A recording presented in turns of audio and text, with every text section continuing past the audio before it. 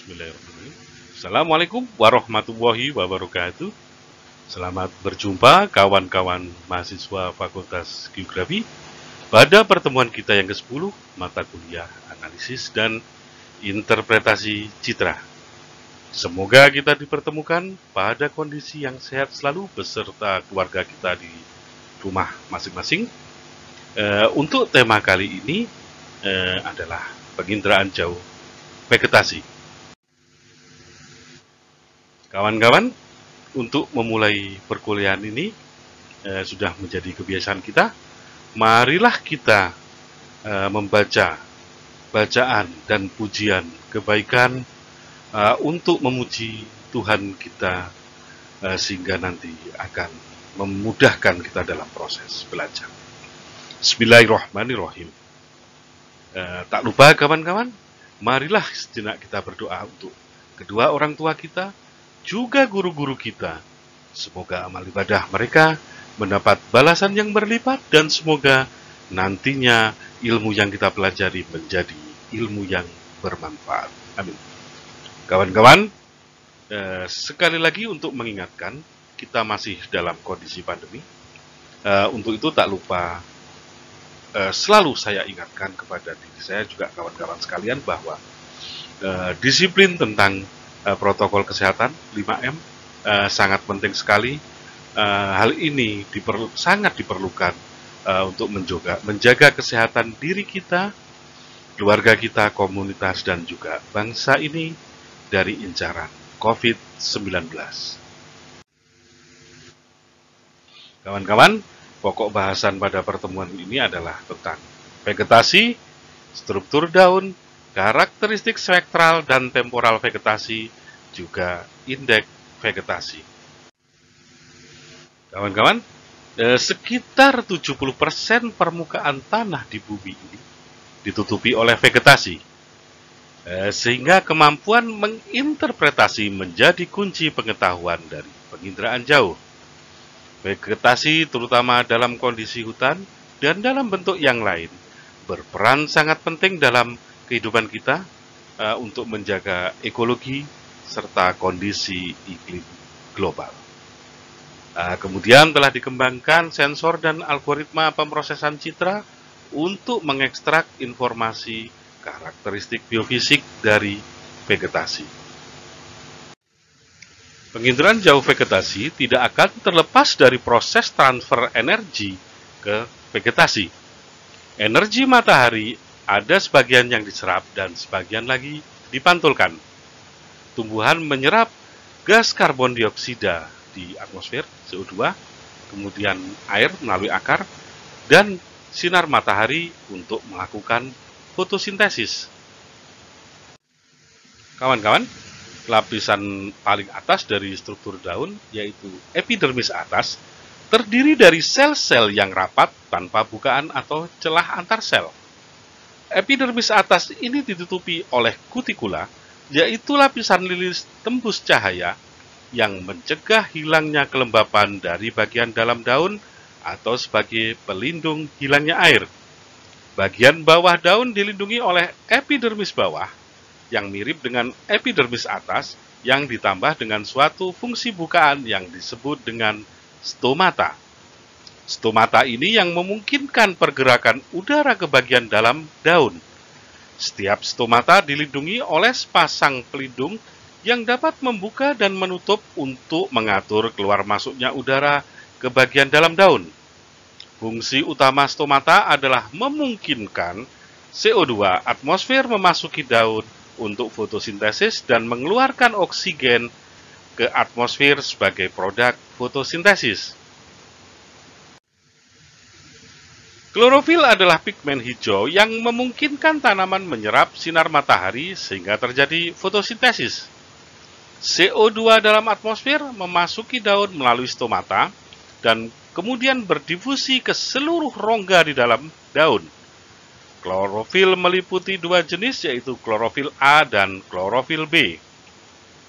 Klorofil menyerap cahaya biru dan merah untuk proses fotosintesis dan menyerap sekitar 70-90% paparan cahaya. Cahaya hijau sedikit yang diserap dan lebih banyak dipantulkan. Hal ini sesungguhnya menyebabkan daun berwarna hijau yang ditangkap oleh mata manusia pada spektrum tampak. Kawan-kawan, ini adalah tampilan dari grafik yang menampilkan klorofil A dan B serta panjang gelombangnya. Terlihat serapan utama pada saluran biru dan merah, dan tampilan sebelahnya menunjukkan inframerah yang dipantulkan dan ditransmisikan oleh daun. Kawan-kawan, kepentingan spektrum inframerah memiliki kegunaan yang sangat besar. Dari spektrum inframerah dekat untuk studi vegetasi dan memfasilitasi pemisahan vegetasi dari permukaan yang non-vegetasi. Puncak reflektansi vegetasi hidup tidak dalam cahaya hijau tetapi pada inframerah dekat.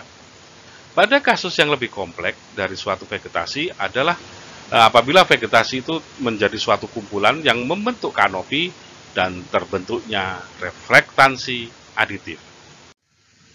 Kawan-kawan mahasiswa, berikut adalah contoh hipotesis dari reflektansi aditif dari kanopi dengan dua lapisan daun. 50% dari pancaran fluk ke daun pertama dipantulkan dan 50% lainnya ditransmisikan ke daun 2. Sementara 50% cahaya fluk ke daun 2 ditransmisikan melalui daun 2 atau pada T2. 50% lainnya dipantulkan ke arah daun 1 atau R2 dan 50% energi di daun 1 disalurkan melalui T3. Sedangkan 50% sisanya atau R3 dipantulkan ke daun 2 sekali lagi. Perulangan mungkin terus terjadi bila melibatkan suatu vegetasi dengan daun yang lebih banyak. Pada tampilan, gambar sebelah kiri adalah tipikal dari reflektansi vegetasi sehat, tidak sehat, dan tanah. Dan gambar sebelah kanan menunjukkan perubahan kandungan air daun terlihat di daerah inframerah tengah. Diagram ini menggambarkan perbedaan reflektansi antara ketebalan air yang setara dengan 0,0118 cm dan 0,014 cm. Kawan-kawan, pada tampilan sebelah kiri menunjukkan spektrum alfalfa, canola, oat, dan kentang nugget merupakan tanaman yang sehat. Sedangkan pada gambar kanan menunjukkan jelai atau berle telah kehilangan semua respon klorofilnya pada saat penerbangan yang berlebihan atau melalui mobilisasi. Kemudian kentang norkota tidak diairi karena akan dipanen dan akibatnya menunjukkan penyerapan klorofil dan selulosa yang lemah. Spektrum ciko dan padang rumput menunjukkan kombinasi penyerapan klorofil dan selulosa pada vegetasi yang kering. USGS mengidentifikasi piksel lain di daerah studi dengan respon spektral serupa.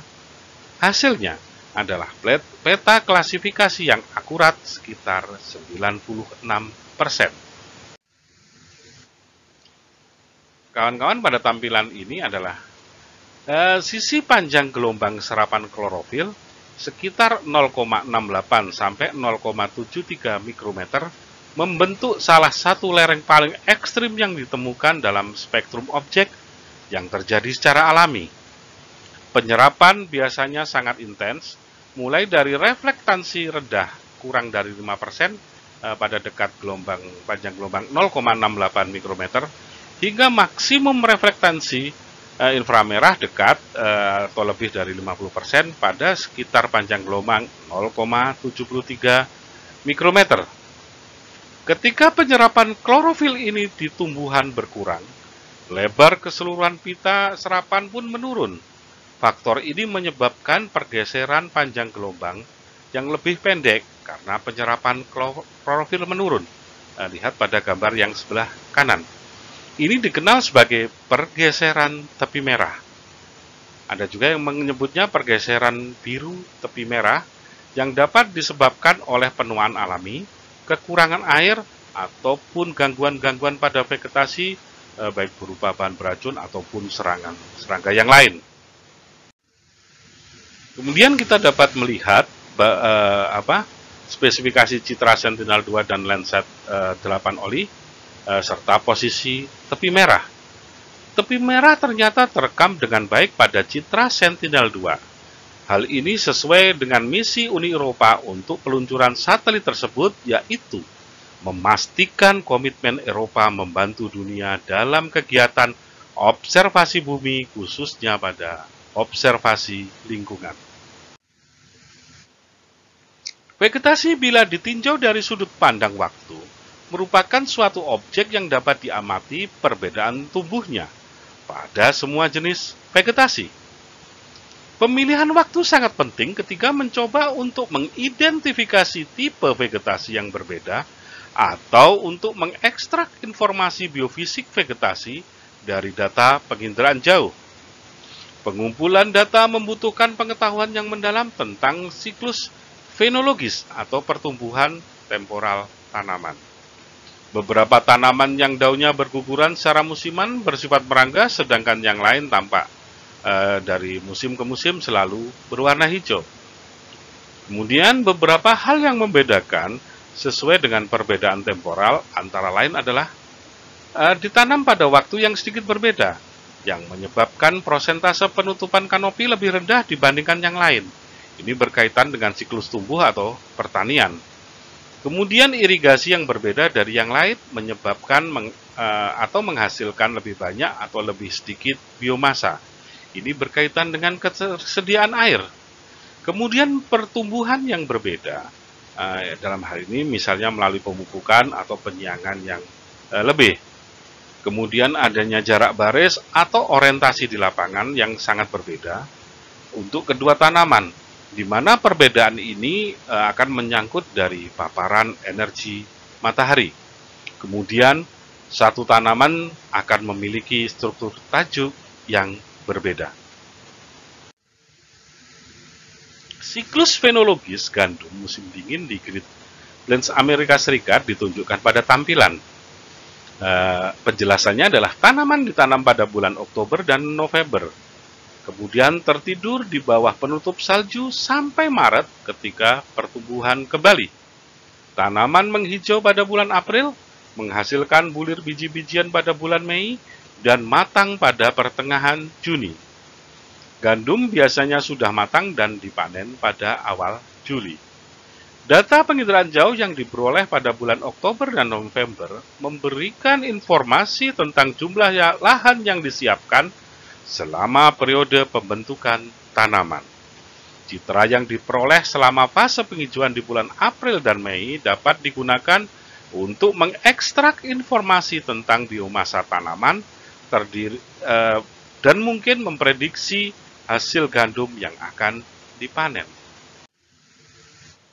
Kawan-kawan, sejak tahun 1960-an, banyak ahli telah mengekstraksi dan memodelkan berbagai variabel biofisik vegetasi menggunakan data penginderaan jauh. Sebagian besar upaya ini melibatkan penggunaan indeks vegetasi, kemudian pengukuran radiometrik tanpa dimensi yang menunjukkan kelimpahan relatif dan aktivitas dari vegetasi hijau. Beberapa hal yang harus dipahami tentang indeks vegetasi adalah merupakan formula matematika yang sederhana, dikenal, dan digunakan secara luas untuk mengukur tingkat kehijauan. Digunakan untuk mengestimasi tutupan vegetasi serta karakteristiknya. Berkaitan dengan karakter kanopi vegetasi, seperti presentasi tutupan lahan dan biomasa. Kemudian, indeks ini tidak mempunyai satuan. Selanjutnya, kawan-kawan, pada gambar A, gambar sebelah kiri menunjukkan distribusi semua piksel dalam saluran multispektral merah dan inframerah dekat, ditemukan di daerah berbayang abu-abu. Bidang tanah gundul yang basah dan lembab terletak di sepanjang garis tanah. Semakin besar biomasa atau penutupan tajuk tanaman, semakin besar reflektansi inframerah dekat dan semakin rendah reflektansi saluran merah. Kondisi ini memindahkan lokasi spektral piksel ke arah tegak lurus, menjauhi garis tanah.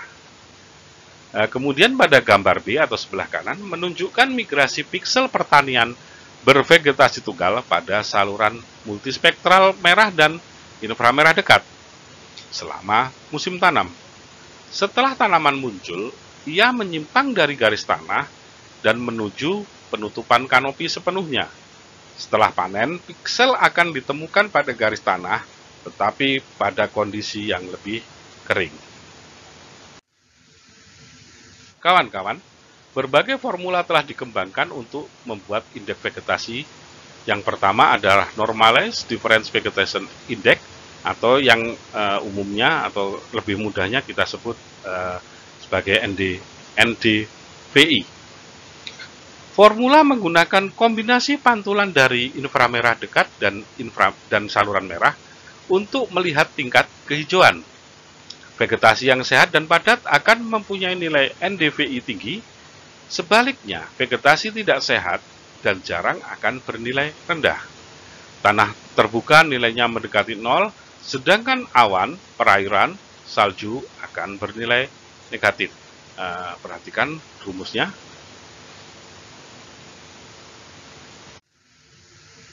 Kawan-kawan, pada tampilan ini terlihat perbedaan nilai NDVI pada tumbuhan sehat dan tidak sehat.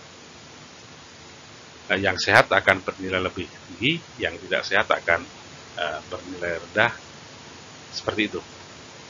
Tetapi kawan-kawan, penggunaan NDVI yang luas ternyata memiliki beberapa kekurangan, yaitu sensitif terhadap efek tanah, dalam hal ini kecerahan dan warna, dan gangguan atmosfer, dalam hal ini tutupan awan dan bayangan, serta adanya bayangan kanopi.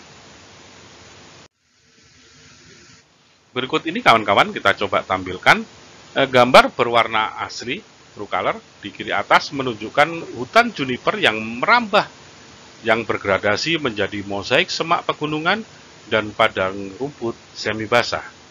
Band merah pada gambar kanan atas dan inframerah dekat pada kiri bawah untuk area yang sama ini masing-masing menyoroti aspek yang berbeda. Namun dari gambar NDVI kanan bawah, juniper dan padang rumput semi basah dengan mudah dibedakan.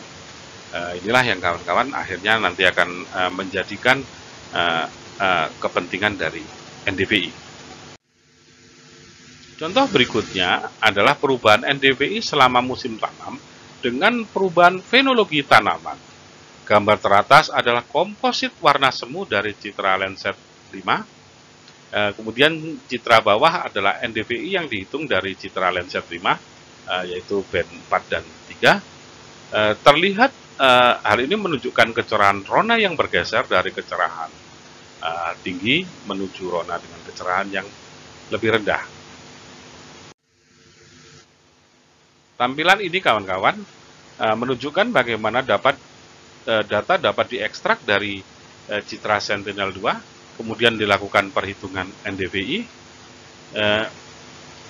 dan selanjutnya dapat dilakukan pengkelasan dari lahan pertanian tersebut.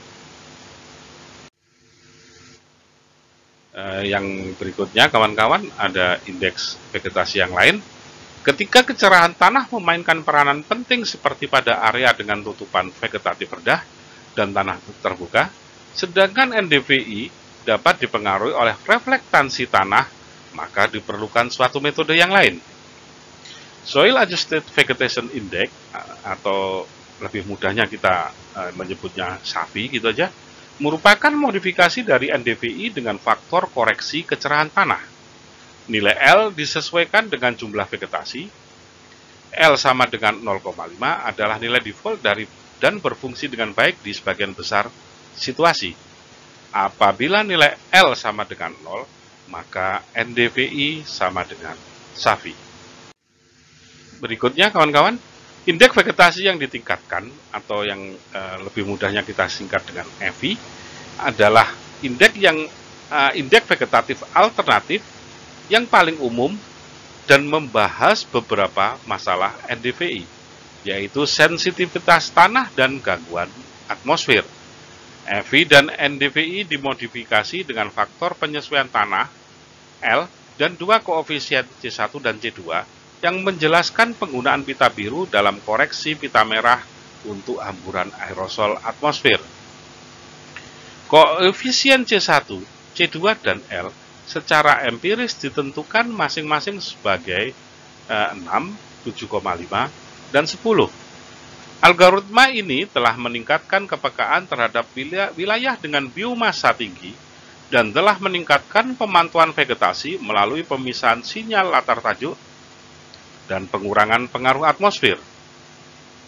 Umumnya diaplikasikan untuk menganalisis daerah dengan klorofil dalam jumlah besar, misalnya hutan hujan, dengan efek topografi yang minimum. Kawan-kawan, silakan mengisi kuis sesuai dengan aturan yang telah diterapkan, karena ini akan berpengaruh pada nilai akhir dari kawan-kawan. Dan akhirnya kawan-kawan, kita sudah sampai pada penghujung pertemuan kita kali ini. Marilah kita panjatkan puji syukur kepada Gusti Allah yang Maha Agung atas kenikmatan kita belajar kali ini. Alhamdulillahirabbil alamin. Assalamualaikum warahmatullahi wabarakatuh.